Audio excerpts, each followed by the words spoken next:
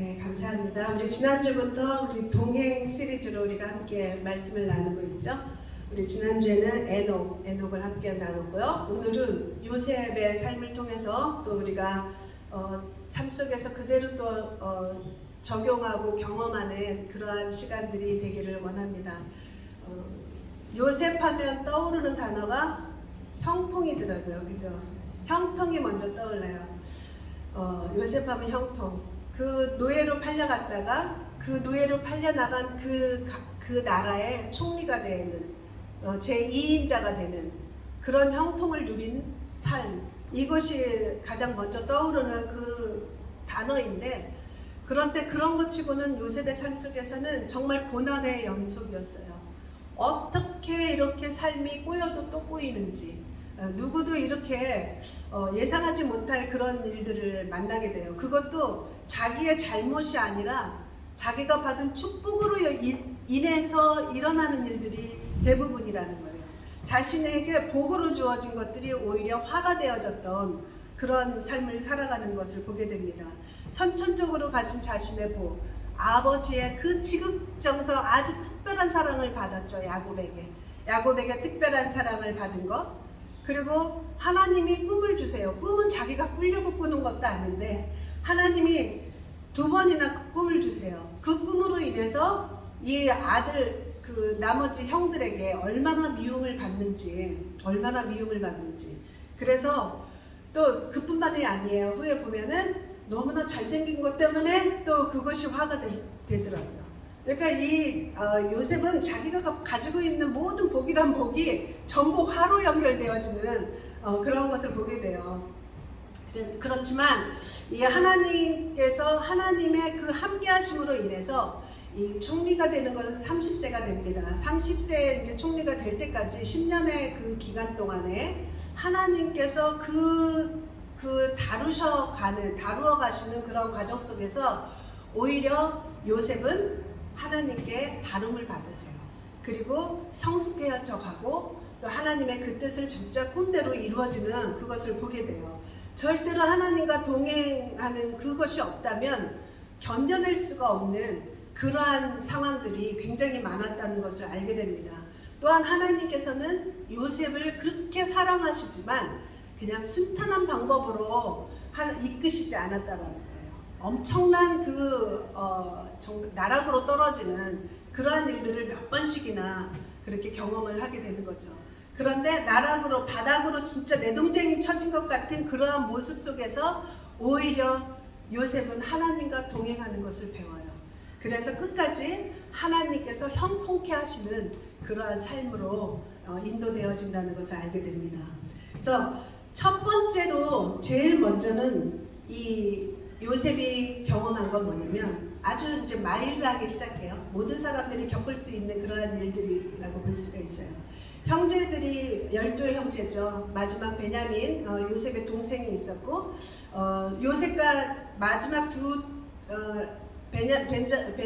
베냐민하고 자신은 야곱이 진짜 사랑했던 여인에게서 나요. 라헬이라고. 정말로 사랑했던 여인은 라헬이었는데 그 외삼촌이 그 위에 언니를 먼저 줬기 때문에 그로 인해서 다른 아들이 10명이나 나는 가운데 라헬은 마지막에 가서 요셉을 낳고 그리고 베냐민을 낳게 돼요. 그러니 그 과정 속에서 자신이 정말 사랑하는 여인에게서는 아들이 없는데 어떻게 보면 라헬에게는 첫아들이고 장남이에요. 그리고 야곱에게도 어쩌면 자기가 정말로 사랑했던, 정말 결혼하고 싶었는데 속아서 레아에게서 아들을 낳고 그렇게 된 거죠. 어떻게 보면 야곱에게의 장남은 요셉이 될 수도 있어요. 마음으로 장남. 이러한 그것이 있기 때문에 요셉은 정말 특별한 사랑을 받았어요. 그래서 어릴 때부터 색동옷을, 채색 옷을 입었죠. 그 당시에는 그냥 이런 허연 그런 두루마리 세마포 옷 같은 것을 입었는데 혼자서 채색 옷을 입었으니 그 형들에게 얼마나 시기와 질투를 샀겠어요. 그런데 여기에다가 또 철딱서니가 없어 보여요. 요셉이 그 당시에는 기록되어지기를 17세가 되었을 때 그 형들이 뭔가를 잘못했나 봐요. 그걸 쪼르륵 가서 아버지에게 일러요.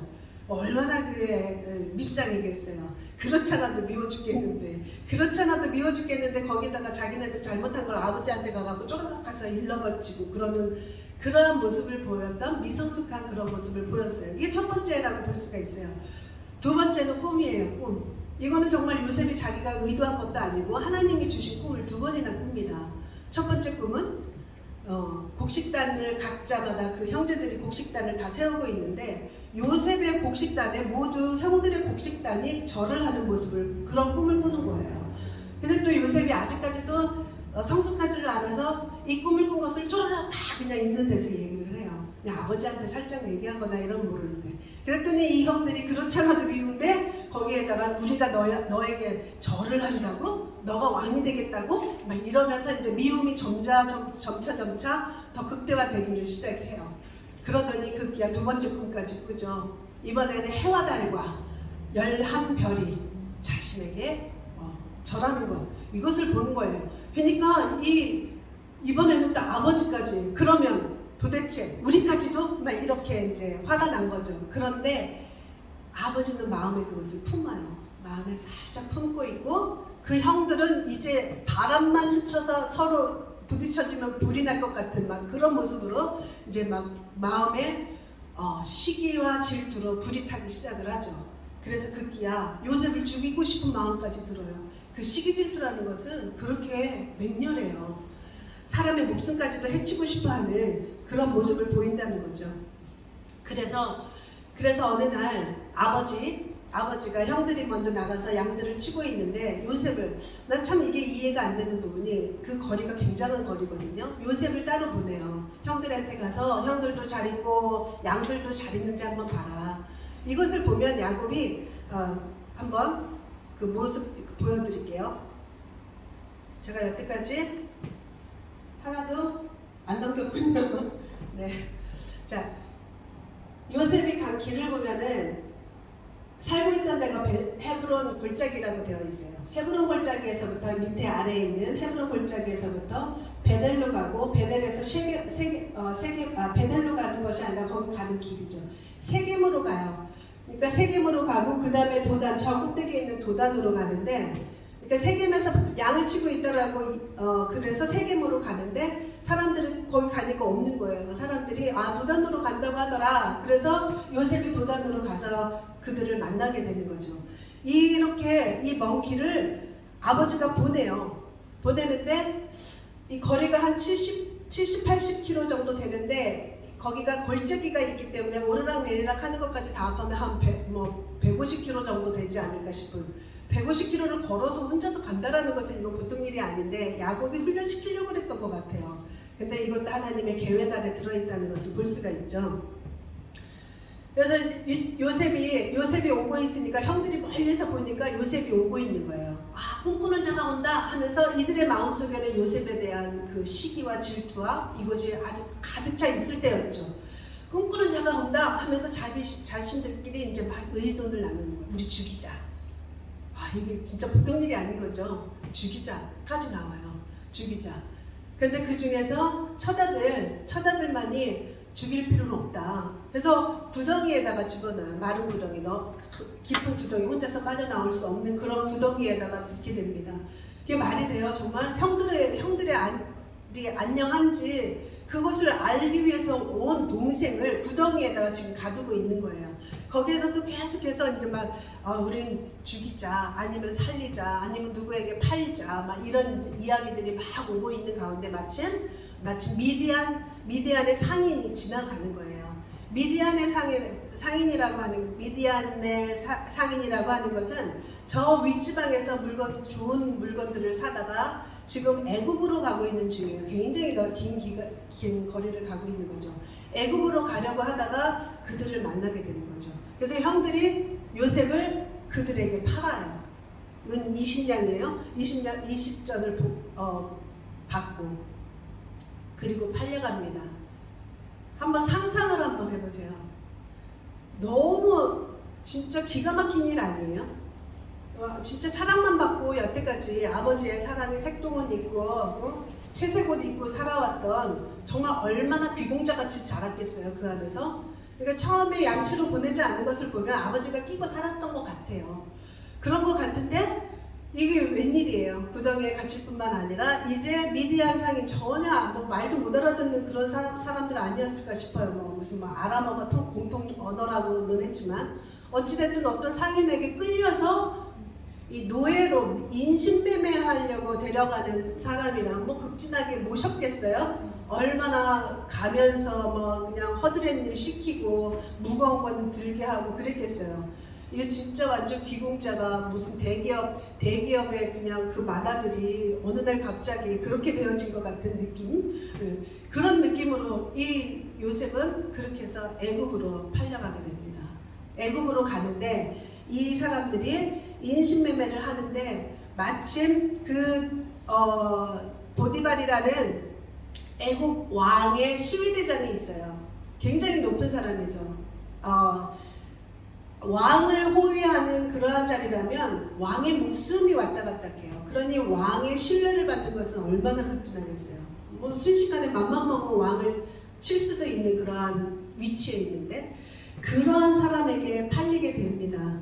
그래서 이것이 이제는 그곳에서 이제 노예 생활을 하는 거죠. 그런데 여기에서 중요한 것이 우리 아까 읽지 못했었는데 우리 함께 이 말씀을 함께 읽어보겠습니다. 그럼 그 속에서 하나님이 얼마나 그와 함께 했었는지 함께 39장 3절 우리 함께 읽겠습니다. 시작. 그의 주인이 여호와께서 그와 함께 하심을 보며 또 여호와께서 그의 범사에 형통하게 하심을 보았더라. 밑에도 여호와께서 요셉과 함께 하심이라 여호와께서 그를 범사에 형통하게 하셨더라. 여기서 두 번 반복되는 게 함께 하셨고 형통하게 하셨다. 예. 지금 이 인신매매되어서 이 보디발의 가정에서 지금 노예의 신분으로 지금 히브리인의 소년이 와서 지금 노예의 신분으로 이곳에 있는 거예요. 그런데 첫 번째 그 위에 있는 그 말은 그의 주인이 그 보디발입니다. 보디발이 보니까 그 여호와께서 신께서 그들이 생각하는 건 아마 신이었을 것 같아요. 여호와께서 그런데 또 맞아요. 하여튼 여호와께서 그와 함께 하심을 보며 누군가가 눈에 보일 정도로 하나님이 함께 하시는 것이 보일 정도로 형통함을 주셨다는 거예요. 그거는 우리 기록이 안 돼 있어요. 어떤 일로 그랬는지 요셉을 보니까 쟤는 보통 애가 아니다. 정말 능력의 하나님이 함께하고 계시다. 이런 게 보였다는 거예요. 그래서 범사가 형통함을 봤다는 거죠. 하나님이 함께 하셨다는 거예요. 그 속에서 그 노예로 전락한 그 상황 속에서 그 공포스럽고 절망적이고 그런 곳에서 하나님이 함께 하셨다는 것은 요셉 또한 하나님께 가까이 있었다는 것을 볼 수가 있어요. 만약에 요셉이 매일같이 자신의 신세와 내가 지금 왜 여기에 있는 것이야, 아니야 난 도망가야 돼 하는 막 그러한 생각으로 매일같이 좌절하고 절망적이고 그곳에서 울고 그러고 있었다면은 하나님의 그런 형통하심, 인도하심을 못 받을 수가 있어요. 자기의 감정에 쌓여서 그곳에서 머물러 버리고 마는 거죠. 이렇게 요셉 또한 하나님 앞에서 늘 살아왔기 때문에 범사에 아주 작은 일들 속에서 하나님께서 형통하셨다라는 것을 누군가가 볼 수 있을 정도였다라는 거죠. 그러니까 요셉 또한 하나님께서 함께 하시면서 작은 것들을 통해서 자신에게 어떤 호의를 베푸는 것을 작게 여기지 않았다는 거예요. 그것을 알고 감사하고 하니까 하나님은 또 다른 어떤 형통함을 보여주시고 하나님의 호의가 또 나타나고 이러면서 얘는 이 히브리인의 여호와 그들의 신 여호와가 함께한다 라는 것을 그 주인이 보디발이 알게 됐다는 거죠. 그리고 얼마나 성실하게 살았으면 자신의 모든 것들을 그 후로부터는 요셉에게 다 맡겨요. 모든 재산의 그 관리나 이러한 것들을 모든 것을 다 맡기고 음식만 요셉에게 허락하지 않았다라고 그렇게 되어 있어요.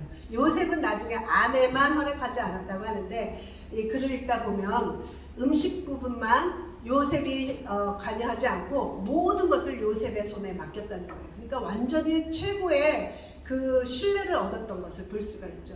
그렇다면 그 속에서 하나의 그냥 노예 생활로만 살았다면 그런 신뢰를 얻을 수가 없어요. 그런데 자신의 감정을 지배하고 다스리고 그 두려움과 공포 속에서 휘말려 살지 않고, 그리고 분노, 형들에 대한 배신감, 이런 것들로 정말 자기 자신을 망가뜨릴 수도 있는 그런 상황인 거죠. 그런데 그렇게 하지 않았다는 거예요. 그래서 그 주인이 하나님과 함께하고 있다는 것을 알게 되었다는 거죠. 그리고 또 하나는 뭐냐면 그의 잘생긴 외모 때문에, 이 보디발의 와이프가 이 보디발의 아내가 이 요셉을 보고 마음에 품 거예요. 그래서 계속 지속적으로 집요하게 동침하자라고 부적절한 관계를 맺자라고 계속해서 유혹을 하는 거죠. 그런데 이 요셉이 그런 부분들에 대해서 완전히 단호하게 그것을 끊어내는 것을 보게 됩니다. 자, 우리 함께 우리 39장에 있는 말씀 함께 읽겠습니다. 두 말씀을 같이 읽겠습니다. 시작. 내가 어찌 이 큰 악을 행하여 하나님께 죄를 지으리이까. 요셉이 듣지 아니하여 동침하지 아니할 뿐더러 함께 있지도 아니하니라. 예, 절대로 그럴 수가 없고 하나님 앞에 죄를 지을 수가 없다 이거예요. 하나님 앞에. 그리고 그 말을 듣지도 않을 뿐만 아니라 그 다음부터는 함께 있는 그 어떠한 그 요소도 만들지 않으려고 함께 있지도 않았다라고 이렇게 이야기를 하는 거죠. 그래서 요셉은 언제나 하나님과 동행하며 하나님의 눈앞에, 하나님의 그 얼굴 앞에서 살았어요. 우리가 하나님을 잊어버리기 때문에 죄를 짓고 하나님을 잠시 잠깐 내 눈앞에서 사라지게 하기 때문에 우리의 마음이 연약해지고 그러죠.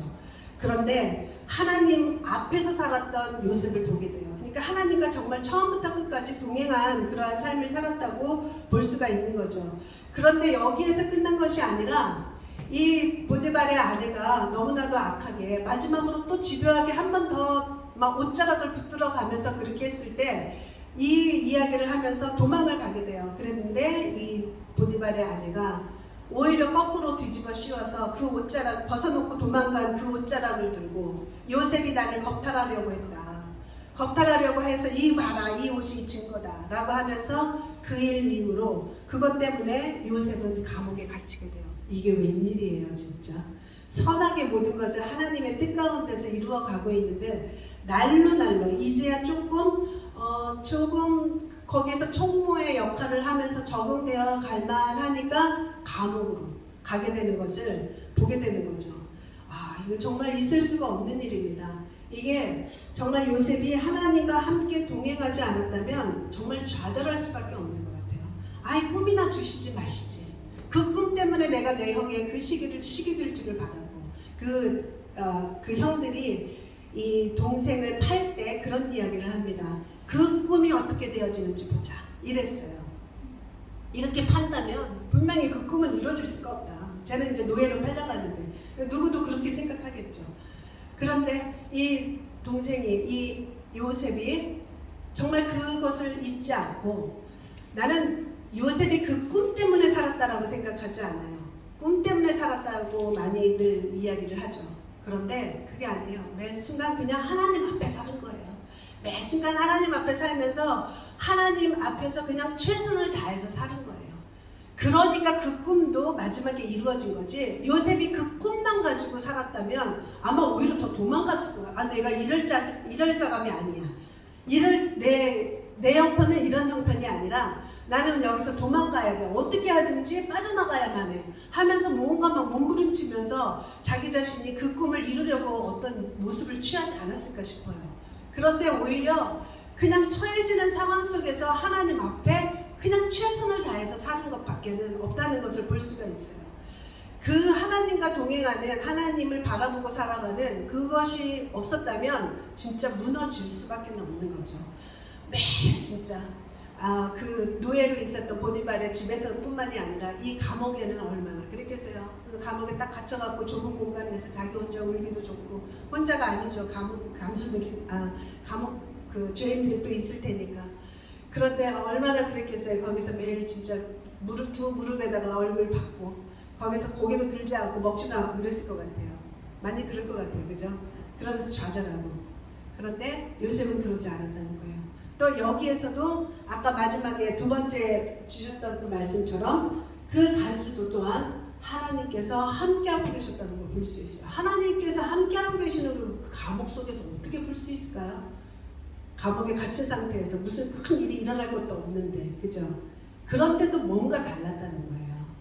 그러니까 그런 어떤 상황이 딱 터졌을 때 내 반응을 보면서 사람들은 판단할 수 있어요. 내가 어떻게 반응하는가. 어떤 일이 딱 닥쳤을 때 그것에 그냥 휘몰아쳐서 함께 막 진짜 절망 속으로 그리고 멸망 속으로 떨어지는 사람이 있는가 하면 그냥 차분하게 그 일을 담담하게 맞이하면서 그 안에서 할 수 있는 최선의 무엇인가를 하는 사람, 아마 그거밖에 없을 것 같아요. 요셉에게서 그 감옥 속에서 할 수 있는 일이라고 뭐가 있겠어요? 그거밖에 없을 것 같아요. 그런데도 그 안에서 여호와 하나님께서 함께하고 계셨다는 것을 볼 수 있었다는 거예요. 요셉이 얼마나 하나님을 진짜 신뢰하면서 그렇게 살았을까라는 것을 볼 수가 있는 거죠. 그랬더니 그에게 또다시 한 번의 기회가 주어지는 거죠. 이것이 뭐였냐면은 이 사람에게, 요셉에게 모든 그 죄수들을 관리하고 재반 모든 사무를 보게 했대요. 사무직으로 간 거예요. 사무직으로 취직됐어. 이 감옥에 있다가 사무직으로 발탁이 된 거예요. 그래서 나중에 꿈꾼 사람 나올 때 감옥에 있다가 들은 게 아니에요. 자세히 읽어보면 아침에 이제 문안처럼 이렇게 들여다보고 들어가 본 거예요. 들어가 보았는데 그 이야기, 꿈을 이야기한 거지 요셉이 함께 그때까지도 갇혀 있었던 게 아니에요. 요셉은 사무직, 보조가 아니죠. 모든 것을 다 맡겼으니까. 왜 키까지 받았을 거 아니에요. 그죠? 그러면은 도망갈 수 있는 기회가 얼마든지 있었을 것 같아요. 마음에 그 꿈이 나의 꿈이야. 언젠가는 나는 이렇게 될 거야 하고 꿈만 붙들었다면 아마 하나님과 동행을 놓치고 오히려 자신의 어떤 것들을 했을 것 같아요. 그런데 그렇게 하지 않았다는 거죠. 정말 그러한 상황 속에서도 자신에게 주어진 그 상황에서 그냥 할 수 있는 내 최선의 일들을 했다는 거예요. 우리 언젠가 나눈 것처럼 막달라 마리아와 그들이 예수님은 이미 죽으시고 장사되었을 때 마지막 남아있는 거라고는 향품 들고 가보는 것. 가서 할지 안 할지도 몰라요. 이 향품을 바를 수 있을지 없을지도 모르지만 남아있는 거라고 가서 시신에 향품 발라주는 것밖에 없기 때문에 그 향품을 준비해서 간 거예요. 갔을 뿐이에요. 그런데 예수님을 발견했죠. 그것처럼 요셉 또한 그곳에 gat혀있을 때 자기가 할 수 있는 건 그냥 하나님 앞에서 그냥 성실하게 있었던 것밖에 없었어요. 그런데 이렇게 자신에게 이 막중한 임무를 줬다는 거죠. 그래서 오늘은 이 감옥에 들어와서 최고의 또 그 감옥의 간수처럼 그러한 일들을 맡아 보게 되는 데까지만 할 거예요. 이 10여 년이 걸리는데 뭐 17세부터 나왔으니까 뭐 대충 20대에 아주 진짜 아름다운 그 시기에 이런 일들을 겪었다는 것을 알게 되는 거죠. 그런데 이런 과정들 하나하나를 통해서 하나님께서 구덩이 속에 들어가게 하더니 이제는 노예로 가게 하고 노예에서 조금 살만하니까 감옥으로 들어가게 하고 이렇게 한 단계 완전히 미끄럼을 타고서 밑으로 더 나가게 하는 것 같은 그러한 삶으로 인도하셨다는 거죠. 그런데 이런 강도 높은 훈련을 통해서 이 철부지 그 도련님은 철이 들어가게 된 거죠. 철이 들어갔어요. 점차 하나님의 그 이루실 자로 하나님의 그 어떤 뜻과 계획들을 이루실 자로 성장해 가고 있었던 것을 볼 수가 있습니다.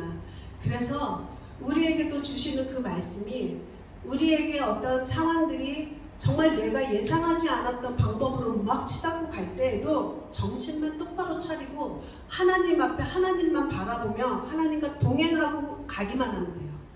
우리가 하나님과 동행하고 가기만 하면 하나님은 그 뜻을 이루신다는 거예요.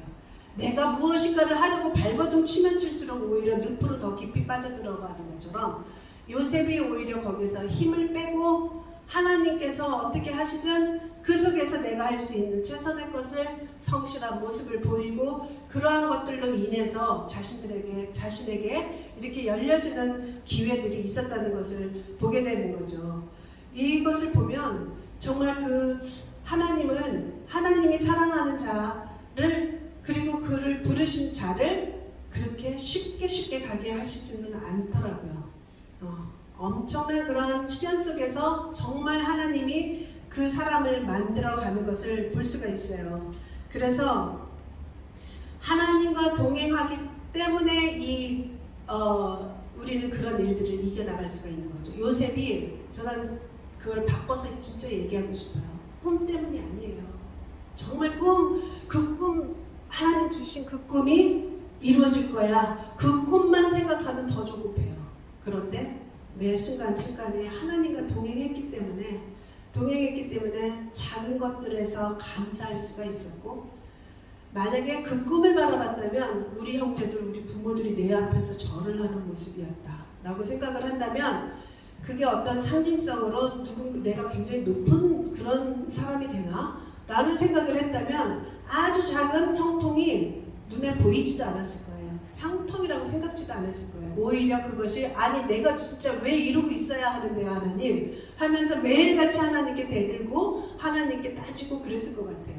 그런데 오히려 그렇게 하나님과 그냥 동행하는 그러한 삶을 살았기 때문에 그런 작은 호의도 크게 바라보면서 그 형통을 점차 정말로 가게 됐다는 거예요. 그리고 그럼으로 인해서 그 꿈이 이루어진 거죠. 그럼으로 인해서 그 꿈이 기억되고 또 그냥 내 마음 어느 한 곁에 두게 되는 거죠. 그렇게 했을 때 하나님은 정말 그 꿈을 이루어 간다는 거예요. 이 요셉이 가만 보면 자신이 이렇게 걸어온 그 길들을 보면, 요셉이 걸어가는 길을 보면 점차 그 꿈이 이루어지는 곳으로 가까이 가고 있어요. 가까이. 그래서 그 멀리 헤브론에 살던 그 아버지와의 그 가족의 공동체 속에서 살던 곳에서 끄집어내 오셔서 애굽으로 보내시고, 애굽에서 그것도 다른 곳으로 팔릴 수도 있잖아요. 수많은 사람들이 있었는데 왕의 12대장이었어요. 왕과 접촉이 될 수 있는 그러한 사람들에게 갔다는 거죠. 그리고 감옥에 갇혔어도 일반 사람들이 갇히는 그 감옥이 아니라 왕의 죄수들이 가두어지는 곳으로 갇혔다는 거예요. 하나님은 정말 나락으로 내리친 것 같은데 하나님은 그게 아니었어요. 점차 왕께로 나가는 길로 가게 하셨다는 거죠. 그래서 우리가 정말 우리 믿음을 가지고 끝까지 우리 하나님과 동행하면서 어떠한 상황이 있든지 간에 그 상황 속에서 내가 할 수 있는 최선의 것을 해 나가다 보면 어떤 일들은 정말 하나님께서 크게, 어떤 일들은 어떤 사람들에게는 어느 단계 있어요. 하나님의 계획들이 있어요. 그 계획을 절대로 저버리지 않으시고 하나님은 그렇게 인도하신다는 거예요. 그래서 우리는 정말 하나님 때문에 요셉이 그 모든 역경들을 이겨나갔던 것처럼 하나님과 동행했기 때문에 그 꿈이 마지막에는 이루어졌던 것처럼 우리에게도 우리의 상황이 어떠하든 그 상황 속에서 하나님과 동행하면 우리의 할 일은 다 끝난다는 거예요. 그것을 정말 잊지 말아야 된다는 거죠. 우리가 기억해야 될 것은 어떠한 상황 속에서도 그런 상황에서도 하나님이 함께 하시고 나에게 최선을 다하시고 나 또한 하나님께 최선을 다하며 그곳에서 있다면 하나님은 당신의 그 뜻을 이루어 나갈 것이에요. 우리 로마서 8장 28절 우리 함께 읽겠습니다. 시작. 하나님을 사랑하는 자 곧 그 뜻대로 부르심을 입은 자들에게는 모든 것이 합력하여 선을 이루느니라. 아멘. 하나님을 사랑하는 자는, 그리고 하나님께서 그 뜻 가운데로 부르신 자는, 우리 모두는 그 뜻이 있어요. 하나님이 우리를 부르시고 구원 주신 그 뜻이 있습니다. 그냥 나는 어떤 사역자들만 뜻이 있는 게 아니에요.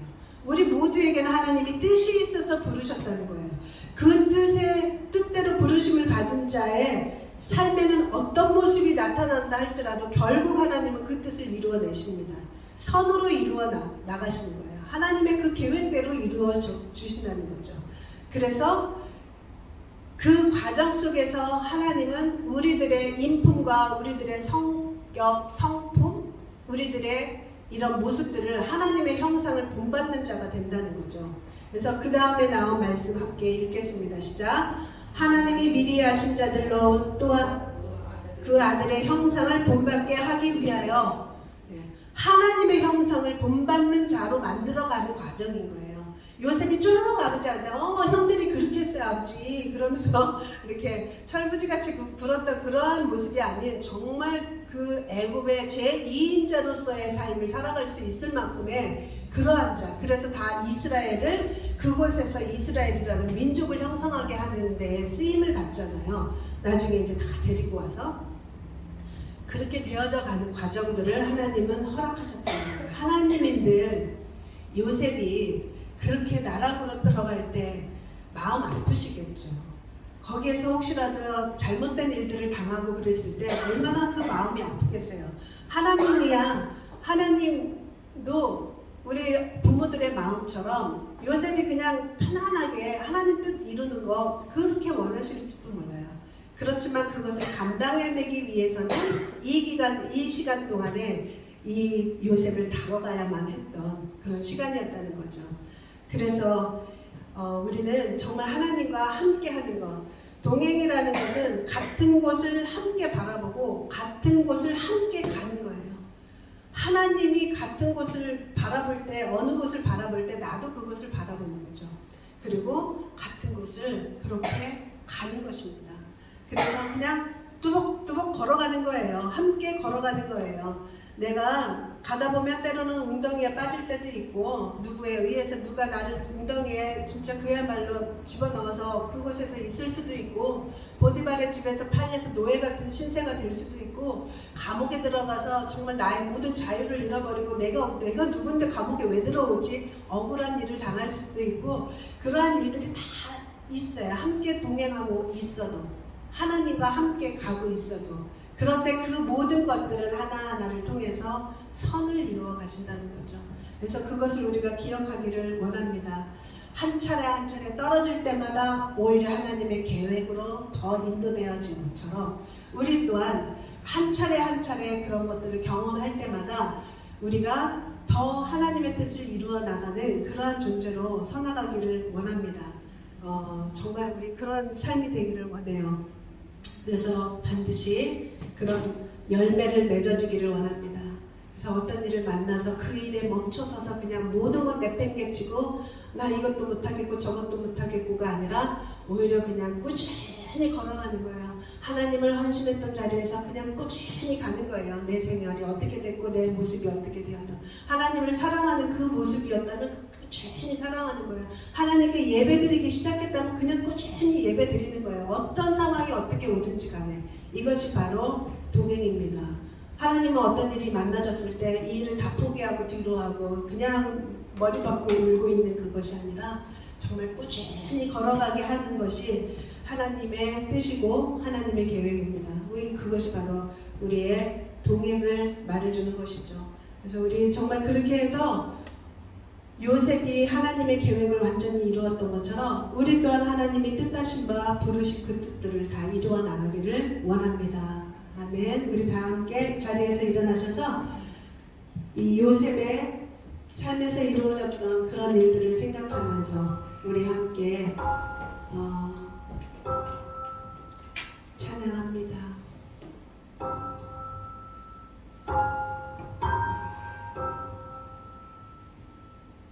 홀로 된 시간 소망이 끝난 듯한 기나긴 밤 왜 나를 내버려 두시지 창살 넘어 달빛에 눈물이 쏟아지지만 나 연약하여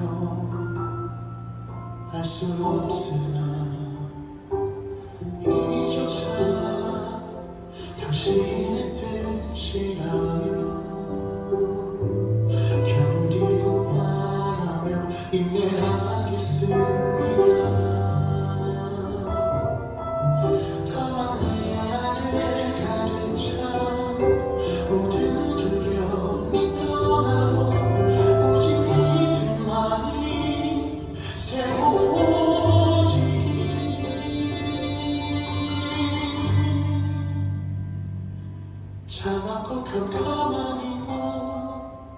의지할 데 없는 불안정한 시간 속에서 당신만이 확실하시니 내 아픔의 계절까지도 합력하여서 이루실 것을 난 홀로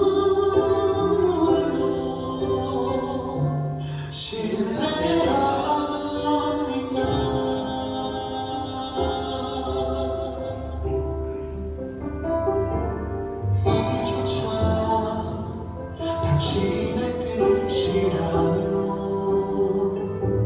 견디고 바라며 인내하겠습니다.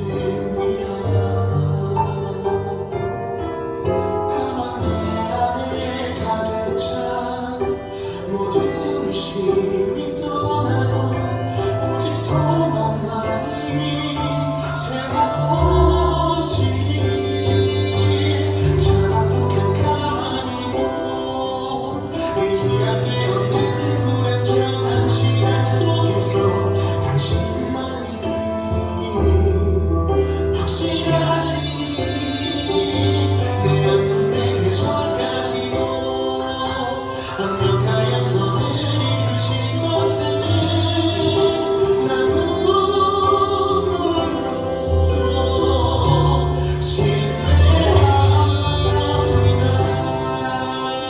오늘 우리 말씀을 생각하며 우리 함께 기도하겠습니다. 우리의 상황이 어떠하든 우리는 하나님을 바라보며 하나님과 동행합니다. 하나님과 동행할 때 하나님은 당신의 그 계획들을 이루어 가십니다.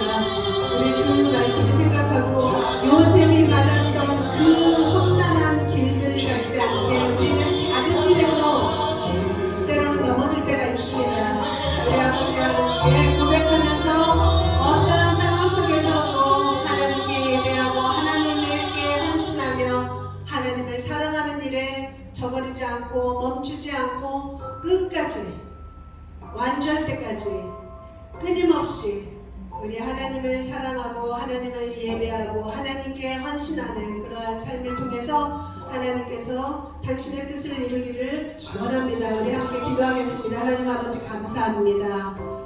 아버지 하나님 우리의 삶에 예상하지 않았던 일들을 맞이할 때도 있고 여러 가지 정말 땅속에 있을 때도 있고 여러 가지 내가 원치 않는 상황 속에 놓일 때도 있고 계획처럼 가지 않을 때도 있고 내가 바라는 것처럼 되어지지 않을 때도 너무 많습니다. 그러나 하나님 나의 계획이 아닌 하나님의 계획에 나를 맡기고 아버지 하나님 정말 비전을 찾아가지만 그 비전 때문에 오히려 넘어지는 너무 많습니다. 그러나 아버지 하나님 우리가 어떠한 상황 속에서라도 하나님과 동행하는 그러한 자가 되게 하여 주시옵소서.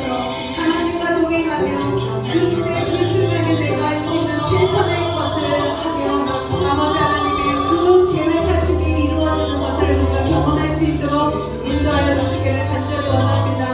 아버지 하나님 때로 절망적인 상황 가운데 있다 할지라도 절망하지 아니하고 소망을 바라볼 수 있도록 인도하여 주시며 우리의 소망은 오직 예수 그리스도 한 분밖에 없다는 것을 알고 아버지 하나님 그분 한 분만을 바라보며 동행케 하여 주시옵소서. 그러므로 하나님의 뜻이 온전하게 이루어지기를 간절히 소원합니다. 하나님 아버지 감사합니다. 아버지 감사합니다. 우리 이러한 믿음을 끝까지 지키며 가게 하여 주시옵소서. 그래서 하나님께서 결국 우리의 삶 가운데서 선한 일을 이루시는 것을 보게 하여 주시옵소서. 이제는 우리 주 예수 그리스도의 은혜와 하나님의 크신 사랑과 성령님의 역사하심 동행하심이 이제 우리의 삶의 모습이 어떻게 되어지든 내 생각대로가 아닌 어떤 예상치 않은 일들을 만날지라도 어떤 구렁텅이로 들어갈지라도 어떤 풍랑에 휘말린다 할지라도 그때 그 순간에도 하나님과 동행하며 하나님의 그 앞에 서서 내가 할 수 있는 최선의 것을 하며 동행하며 가서 하나님의 뜻을 이루어내고자 하나님께 기도한 이곳에 모인 하나님의 사람들 위해 영원토록 함께 할지어다. 아멘. 아멘. 자리에 앉아주시기 바랍니다.